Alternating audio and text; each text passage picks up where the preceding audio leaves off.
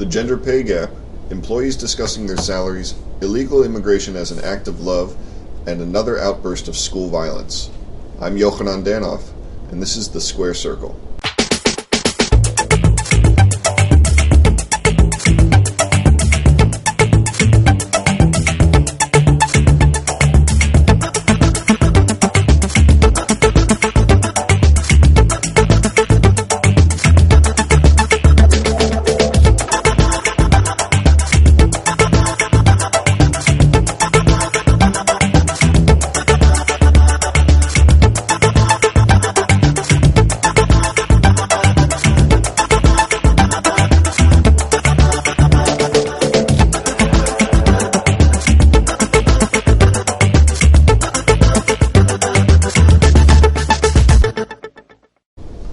Hello and welcome to The Square Circle. I'm your host, Yochanan Danoff.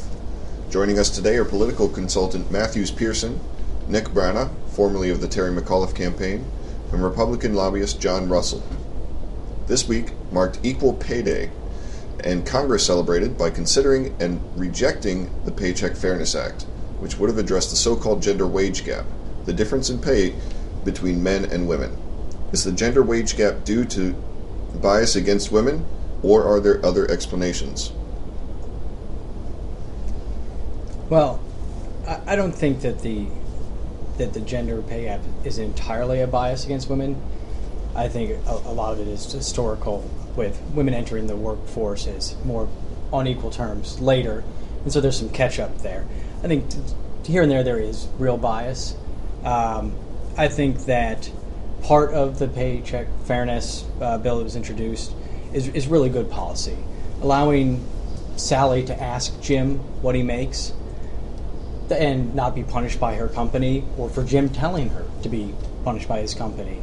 I think that's very fair. I don't think we should punish that. Whether we're going to enforce equal pay is hard to do unless we had very equal jobs. So that's a tough road, and I can see there's some arguments to be made on that. And women should be paid equally, but let's let people get there on their own. And I think this transparency is a good way of doing it. I couldn't agree more. I think you see bipartisan agreement in the Senate that there is an issue. There seems to be some discretion between numbers and how big that gap is. There are quantifiable, you spoke to some of them, issues about education, type of job that's chosen, work time away from the workforce. I do think you're right. I think you look at Deb Fischer in the Senate and how she tried to thread this needle. It's interesting to go back and think that in 2012 it was just say no for Republicans and move on. And now with probably still stinging a little bit from the election of 2012, there's a realization that you have to address it, but there is a way to do it. And I think you're absolutely right that coming up with some government structure that will enforce employers to take the responsibility to ensure that everyone is paid an equal amount is unwieldy and unworkable. Yeah, I mean, women still make 77 cents on the dollar for men, and what I found astounding actually is that they still dominate the wages brackets in the same professions that are actually dominated by women, jobs like nursing that are considered, or teaching that are considered dominated by women. Men still make the most; their salaries still exceed those of women there. So I find that pretty remarkable. In the 21st century, I think we should be doing everything we can to speed along that transition to parity. I think it's very hypocritical for us to be criticizing other countries that that treat women as less than equal, while we have this very blatant break.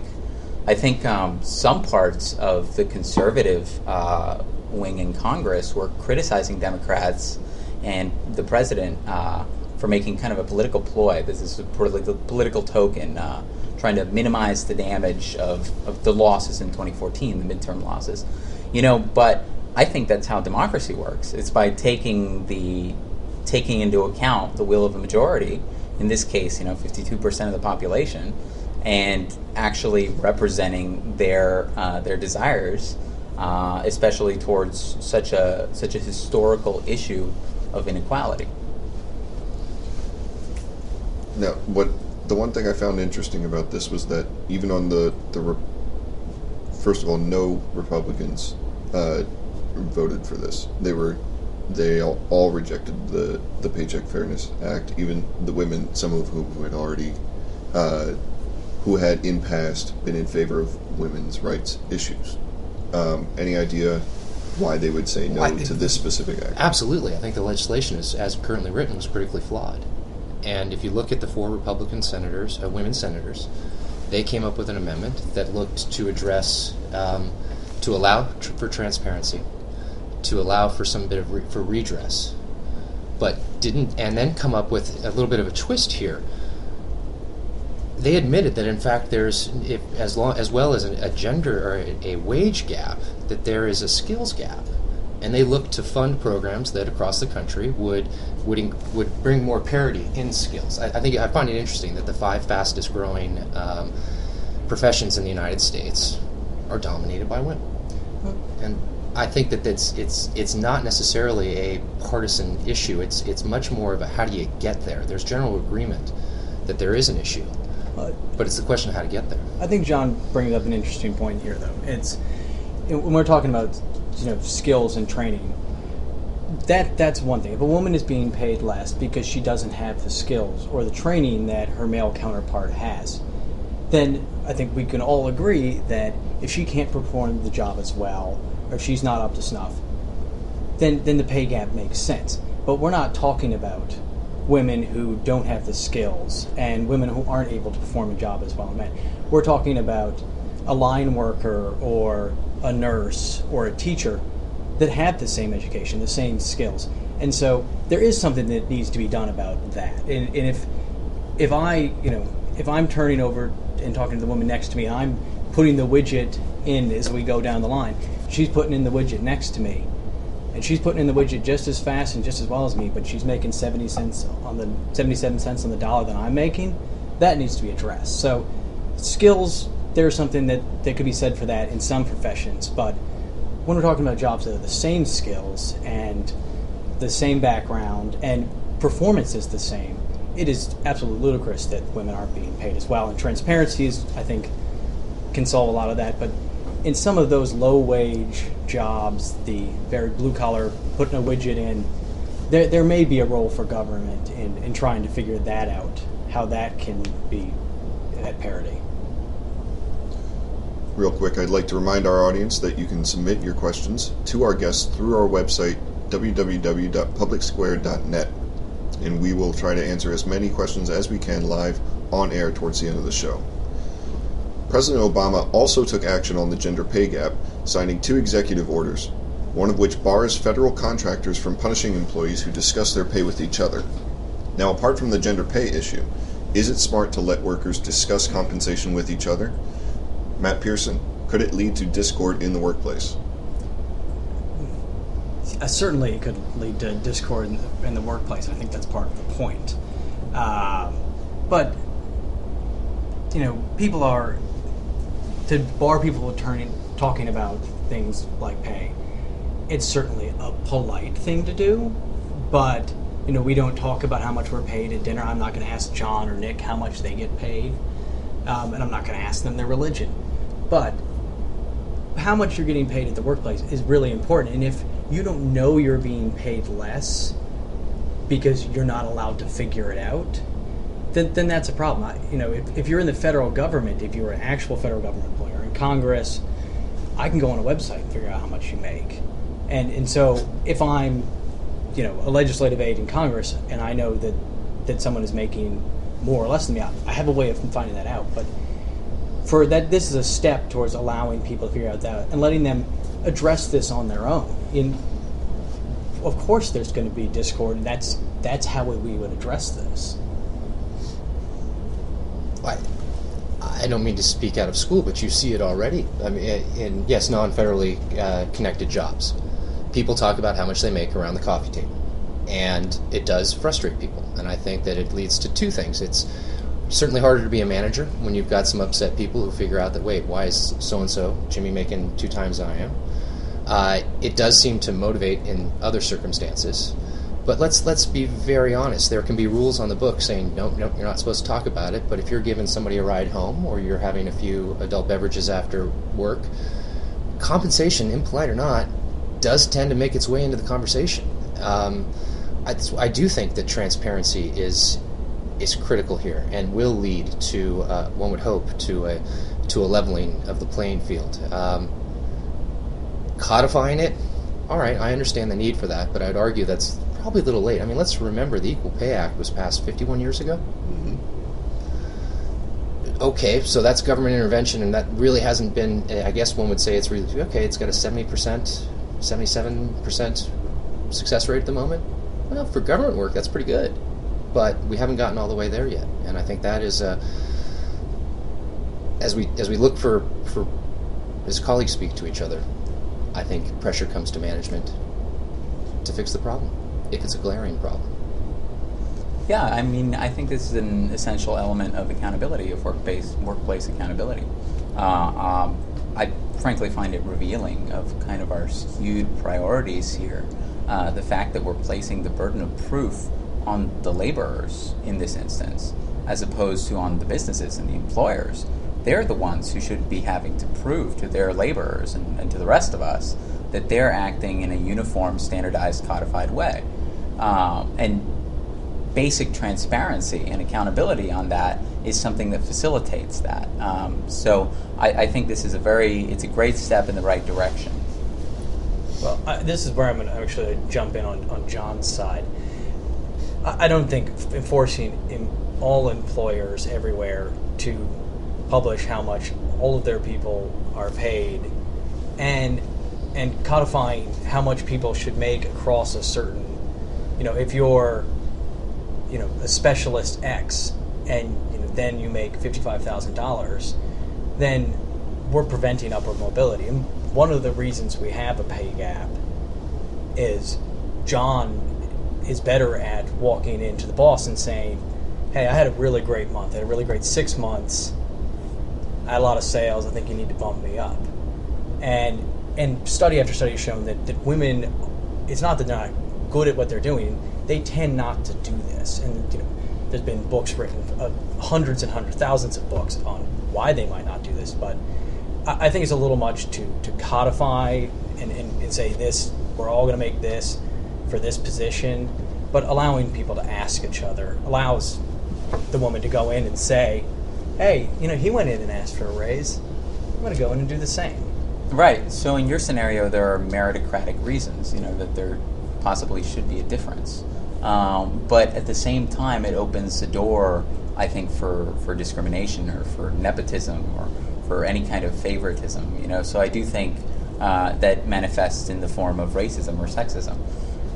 So I do think it's a great step towards accountability. I think it's essential for that. I also think it's kind of funny. We look like a house panel here talking about women. I'm going to go ahead and move on.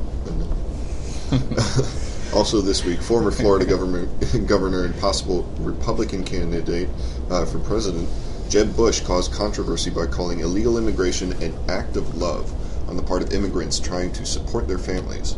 Border hawks criticized the remark, saying that breaking immigration law is not an act of love. John Russell, is Bush in the right, wrong? He absolutely is. I don't know what greater act there can be than wanting a better life for your family and putting yourself on the line to try and achieve that. I find it very interesting that Jeb is following very closely along the same lines that his brother did quite successfully in the same type of time frame. 18 months out, started having much more honest and fulsome discussion about immigration. So let's also remember he's a border governor for all intents and purposes, as was his brother. Reality of the situation is Republicans have to get to this point. They have to understand that and they have to remember that immigration is what made this country great and strong. It's what created it. Without it, we lose not only the high-skilled technical jobs, we lose the ambulance, we lose everything. It's critically important. Is there a need to have an enforceable border? Well, absolutely. No country in history has ever survived without the ability to enforce their borders.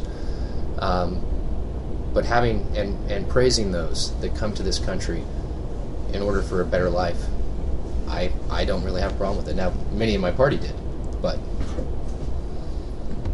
I can't disagree in any way with what John said. I think it's great that he said it. I think he absolutely believes it. I think he's doing a great thing for his own possible candidacy and getting people comfortable with his positions long before the real primary happens. And as John said, I think it's good to get this out there. It's another, cooler, calmer head in the Republican Party saying we need to recognize that immigration is a good thing, and continuing to only insist on a strong border, impermeable border, is not the only thing we can do.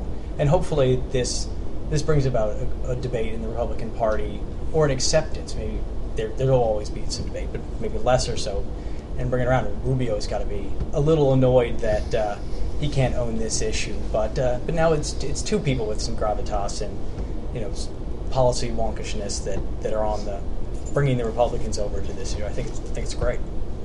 Yeah, I think many people don't. They really underestimate the contribution, the level to which, whether it's temporary visa workers or whether it is illegal immigrants, subsidize labor here in the United States. Construction work, a lot of in Florida also, the sugar plantations there, in the fruit plantations over in California, where they get paid less than $2, an hour. Those are jobs that Americans weren't willing to take at the height of the recession. At the height of the recession when unemployment was at its highest. So it's that level of contribution that they make to the economy. I also think it's important to note that continual growth depends on continual growth of the population as well. And right now, non-minorities are below replacement rate. It's immigration into the United States that's actually still growing the population of the United States, and that's a good thing. In economic formulas, in order to be able to continue to grow, you need continual economic growth. You need continual population growth. You need expanding markets constantly. So I think their contribution is very underplayed. I am happy that Jeb Bush is taking a different side of this. But at the same time, a word on Jeb Bush. This 2 Sundays ago, it was March 30th. There were two headlines right next to each other in the Washington Post. One of them was GOP elites looking to lure Jeb Bush. The second one was a legacy of pain, and suffering and pride. It was about the wars, and I think the cognitive dissonance of that, should be very great for us. I mean, do we want 4 out of the 5 past presidents after 2016 to have been either a Bush or a Clinton? I thought we moved away from monarchy to get away from political dynasties.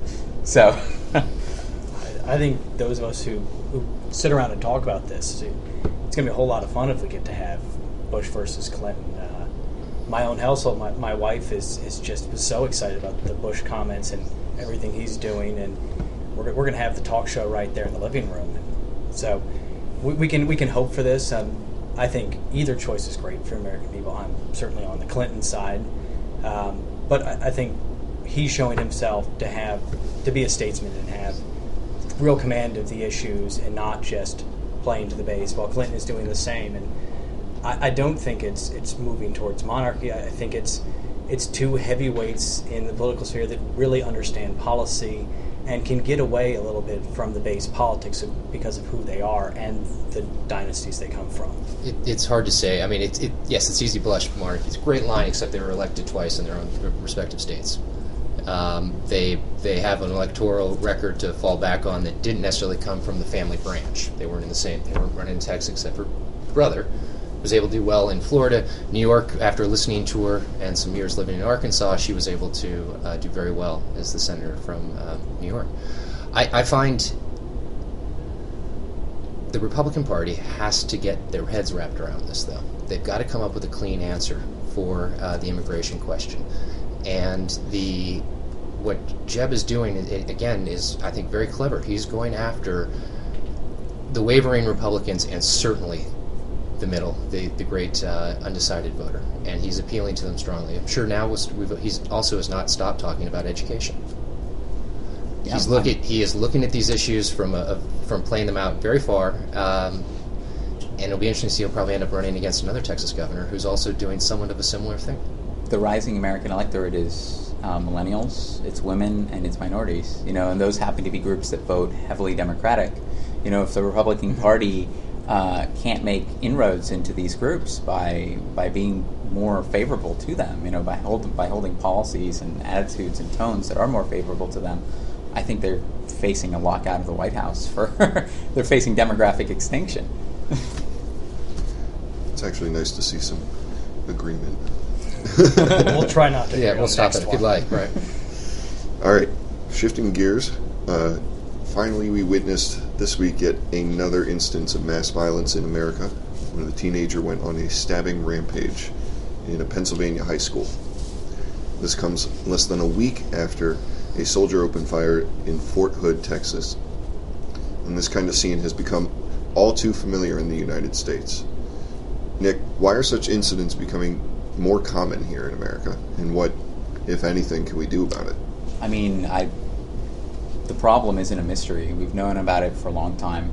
Guns kill 11,000 people in the United States a year. In the UK, it's about 35, 37. In Japan, it's in the single digits. It's 3, 5. In Australia, it's also extremely low. Because what have they done? They've banned handguns. They got to the heart of the problem. It's the handguns. We hear a lot about the mass shootings here in the United States. The mass shootings only claim 3% of the victims in reality with assault weapons and such. It's really the handguns and the homicides that are happening all across the United States every day that are really claiming the lives here. And the solution exists on an international scale. I just find it astounding that we haven't taken it. There's one particular example. On the same day of the Sandy Hook shooting, there was a mass stabbing in China, also in a school. And the NRA came on, and conservatives in Congress came on, and they were in interviews. They were talking about how this was evidence of guns just being a tool, and it's really the individual. So regulating guns wouldn't make a difference. What they didn't mention was that nobody died in that stabbing. Just like I believe it was one person died in this stabbing. So the real problem here is the lethality of this weapon. The Fort Hood shooter just now, it was this kind of shooting of passion. He had just been denied, I think it was leave, and so he went on a shooting. It's that kind of accessibility to deadly violence, and ease of violence that is really claiming that many lives. And statistics over decades have proven that. I think this issue's open and shut. The Second Amendment, when read, it doesn't even say kind of the right to own a private arsenal. It says a well-regulated militia. So, John? Well, I think that the violence we've seen over the last couple of weeks is truly a tragedy, and I think that our president spoke very clearly to that in Fort Hood this week. This week's the mass stabbing. I like you don't know what the total casualty was, but I do think that there is, when we're looking at children in schools and access to firearms, access to weapons, what we're also seemingly missing is, as we all know too well from what's happened in Virginia, there's a mental health aspect here that I think we have glanced over and have not paid the attention, and this goes back generations as well. The stigma often associated with mental health issues prevents people from getting help. Prevents caregivers from providing that care. I agree with you. It's hard to stand here and say that a firearm isn't a deadly weapon, but unfortunately, I still do believe it's the person that pulls the trigger, and access to it or not, this child really is what we're talking about. Had access to knives and went for the knives. Now, the loss of life was not as severe as a Sandy Hook, but the act itself should be just as troubling. And what are we missing here? What are we not addressing that is leading to this in this country? On the mental health problem, this country has so many problems with mental health. It's not just violence with firearms or knives or any other symptoms of violence that are with mental health. Mental health is an issue that this country has done just an atrocious job of dealing with. We're getting better on physical health, and whether you're for Obamacare or not, it's a big step forward in working towards physical health. And there's a bit of a mental health aspect, but we tend to gloss over mental health, or we make little half steps. And whether it's a gun or a knife, or whether it's homelessness or any of the other problems mental health has, causes for people, we really as a country need to do a lot more to address these. On the specific issue here, the shooting in Fort Hood, it's tragic that someone can come onto a military base with an unregulated weapon, and because they weren't treated properly, they're going to take others' lives, and that's awful. But if that man had a knife, I find it hard to believe that he would have managed to kill anybody through his rampage. And I find it very hard to believe that if the student in Pittsburgh had a gun instead of a knife, that we'd be talking about 18 or 19 kids going to the hospital. And it's very tragic they're going to the hospital, and some of them are going to be, have problems for the rest of their lives because of this, but they're going to have the rest of their lives. So that's really important. And access to, I don't know if the kid had access to a firearm. Maybe he did and he went with a knife. But I think it so illustrates the deadly force of a gun. And when the stabbing was stopped, it wasn't with a teacher or administrator or a school guard with a gun shooting the kid or demanding he drop the knife at the point of a gun. It was someone tackling him. So the argument that we need to arm people in the schools to stop tragedies, I think this also shows that these tragedies can and will be stopped by people that are unarmed, or at least do not have firearms. And we can see with all the problems that are happening in schools, adding more weapons to a volatile time in people's lives is probably not a great idea, even if they're not the ones holding the weapon. It's in a teacher's desk, and we all know that classrooms can get a little unruly at times. There were two major routes, during the big gun debate last year after Sandy Hook, and there was the president's route and the route that some Democrats, not all, there's a lot of conservative Democrats from southern states in particular, supported, and that was, it began with limits on assault weapons, and then universal background checks, and then it was watered down to universal background checks, and then it was watered down even further to just partial expansion of background checks, and then not even that passed. So if that incident, if the massacre of 26 school children and their teachers couldn't prompt us to action, I don't know what can. It was incidents like that precisely that prompted the UK and prompted Australia to ban their handguns, because they recognized the statistical how problematic the guns were and the causal relationship there, and they took action on that. I agree that the mental health is something that we also need to address. I think it's highly stigmatized here, but we can make progress on both these issues. And we've denied making progress on both these issues. I don't see people, the United States government, going to people's doors, knocking on them and asking them to turn in their guns. And I think if you get to that state in this country, you will most likely have riots on the street. And we have to live in somewhat of a reality of this. The gun is part, for good or bad, and fortunately we're talking about circumstances where it's very bad, is part of American culture. And if we are at a place then where the firearm is going to exist, the access to it can only be limited seemingly by an adult, and in those cases that doesn't really always help you either. We have to have an honest conversation about how do we address that? How do we move forward? What is it, a smaller clip? Is it the type of firearm that you're allowed to maintain? But you spoke to it. That's where we started, and bipartisan votes whittled it down, because that's where we are in our country today. Right. And so if we live in that, try and live in that reality, how do we address these issues? And you certainly aren't going to have people walking around in vests. You certainly aren't going to be able to knock on doors and take guns away. You're going to have to start getting at the underlying root. But the idea that the majority of Americans didn't support it isn't true. It was 92% of Americans were in favor of expanded background checks and universal background checks. Even NRA households were polled, and they were in favor of it too. So it's overwhelming support for this. It just isn't being done. Because there's this disconsonance between what our leaders in Washington are doing right here, and then what the population actually wants on but this those issue. leaders are responsible and beholden to that population. And But they're those not representing them. Well, wait a second, though. But they have an opportunity to take that action in the Senate 6 years, in the House every 2, and they're not. It's a 92% issue. I know the study you cite. I know that people poke some holes in it, but we'll give it to you on that. At the end of the day, the Senate and the House only are looking for 50 plus 1.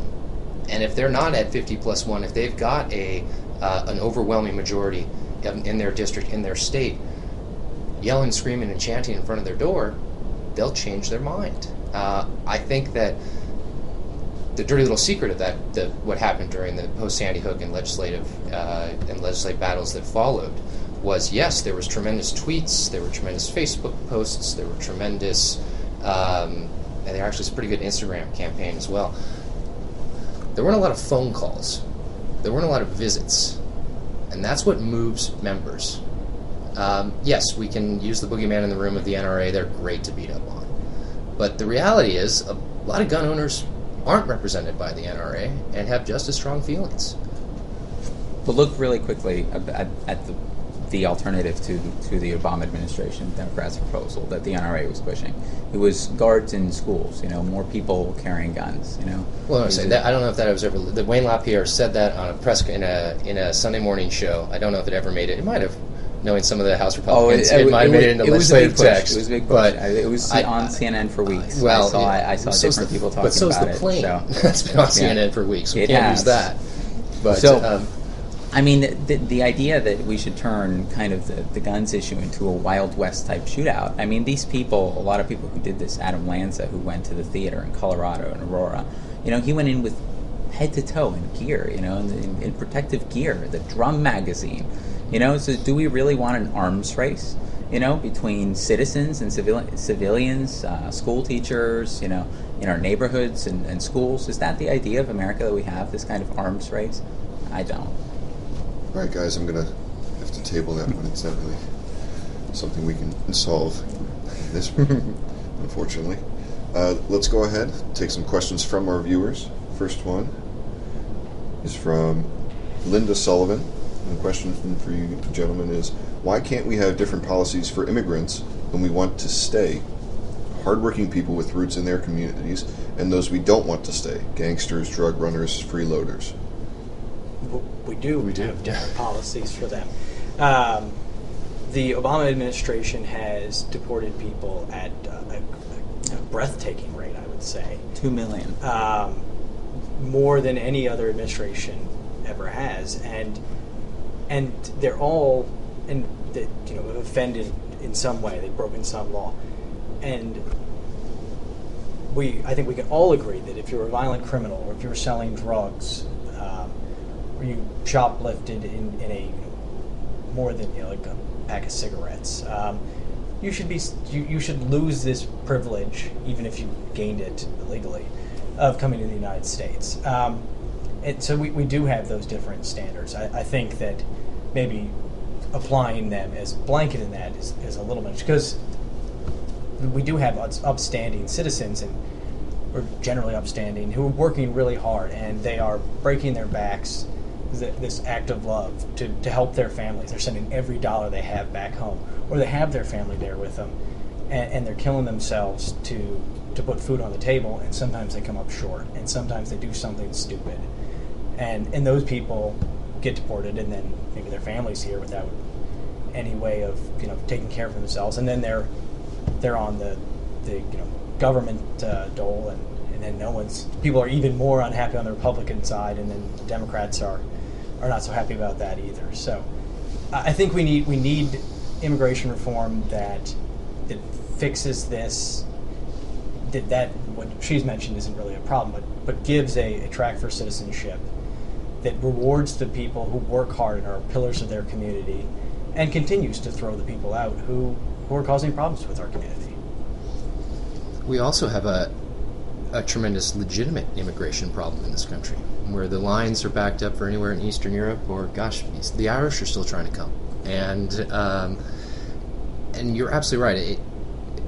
A fulsome discussion across the board, not just talking about those that come here illegally, but those that are waiting in line. And where do we prioritize those that have paid their fee and have been sitting with an application for 5 years? And just don't happen to live to the south of Southern California, Arizona, and Texas, and can't come up that way or to our north. It's an issue that, as policymakers across the board, have to have a better and truly an adult conversation. But to her point, yes, there are H-1B visas, which get the tech guys in town, and of course, believe it or not, every technology in the company in the country wants you to double them quickly because they have too many jobs that they can't fill, which then kind of speaks to maybe an education deficiency in this country. Yeah. Very interesting. Second question is from Rodney Dixon. Aren't efforts to close the gender pay gap based on an assumption that employers have an irrational bias against women? Don't they assume what they have to prove? But this might be one of those great cases where good politics doesn't necessarily make good policy, and I would never accuse an administration that passed a very good piece of legislation, the Lilly Ledbetter Act, as its first major piece and then signed it. I believe that was the first piece of legislation the president signed into law. But let's be really honest what Harry Reid is doing here. This is a political season, and this is the kickoff. In fact, the war on women was incredibly successful in 2012. It worked well, and of course, Republicans didn't help themselves with certain candidates' off-color comments. That said, it's naked politics, and believe it or not, you had 4 Republican senators come out and say, no, here's a different way to do it. And that, too, went nowhere, because you'd rather have the talking point than the policy. I don't think that we're accusing everyone of having an irrational bias towards women, but the evidence is there that women are being paid less. So whether it's some nefarious means and some bias that's bad or evil or immoral, or it's just something that has happened, it doesn't matter how we got there. The fact is that women are paid less, and something should be done about it. And this bill might have been a little imperfect, but it is a step in the right direction, and it is an issue that still needs to be addressed because, right, we've had several laws passed that have tried to address this issue. And just because they haven't worked, and that doesn't mean we should throw our hands up and say, well, we'll let the private sector fix it, or we'll stop trying. It means let's try it again. Let's figure out what angle we're missing on this, what reasonable way we can affect this change. There are many things that Americans agree on, entirely, and they aren't very much a part of the political conversation simply because we've accepted it. I think it's a travesty that this isn't one of them. I do think we should be able to sit down and have a conversation. Both parties, other parties, all individuals on why this institutional inequality exists and why it's so pervasive and how we can deal with it, because it absolutely does exist. And I don't think it's specifically everybody's bias coming through. I think it's simply written into the laws of kind of corporate payment. That this is something that you can get away with. This is still excusable, and that's something that we could change. It doesn't have to be that way. It's fully within our power to change that. All right. Last up, guys, we're going to move on. Now it's time for our most underreported story of the week. Matt, would you care to start? Sure. Let's get mine out of the way because mine's a bit of a downer on our Friday evening. I think that the DOJ's investigation into the Albuquerque police and their use of excessive and often deadly force is something we should be really paying attention to, and I think it's a tip of the iceberg kind of thing. What the Albuquerque Police Department has done is just awful, but I believe that the police are doing, in many cases, a wonderful job around this country, and they have a very stressful job, but there are a number of them in towns and cities across the country that take themselves a little too seriously and are doing things that are absolutely against the law. And hopefully this has shed some light on it, and we see investigations elsewhere to weed out the bad cops so the good cops can really do their job. Nick? Yeah, well, mine was there was a huge investigative story that came out. I believe it was last weekend, and it was about the way that the U.S. government under the first Obama administration, first term, has funded a program in Cuba, a Cuban Twitter circumventing their internet restrictions through USAID. And the intent here was to propagandize youth over there into creating flash mobs and kind of destabilizing the government over there, undermining the government. This is something that we did in Venezuela this year, that we've been doing, also through USAID, and that we also did in Ukraine. We call it democracy funding, democracy training. So I think we should be asking ourselves: is it our role to be kind of trying to destabilize governments around the world? I mean, we did that throughout the Cold War era. I think this is a real holdover from that time.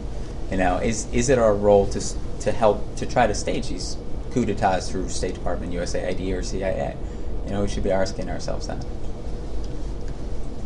I don't know if this is underreported or just my wishful thinking, but I'd like to think it's the rise of the Republican establishment. You're seeing it in two forms, really, this week.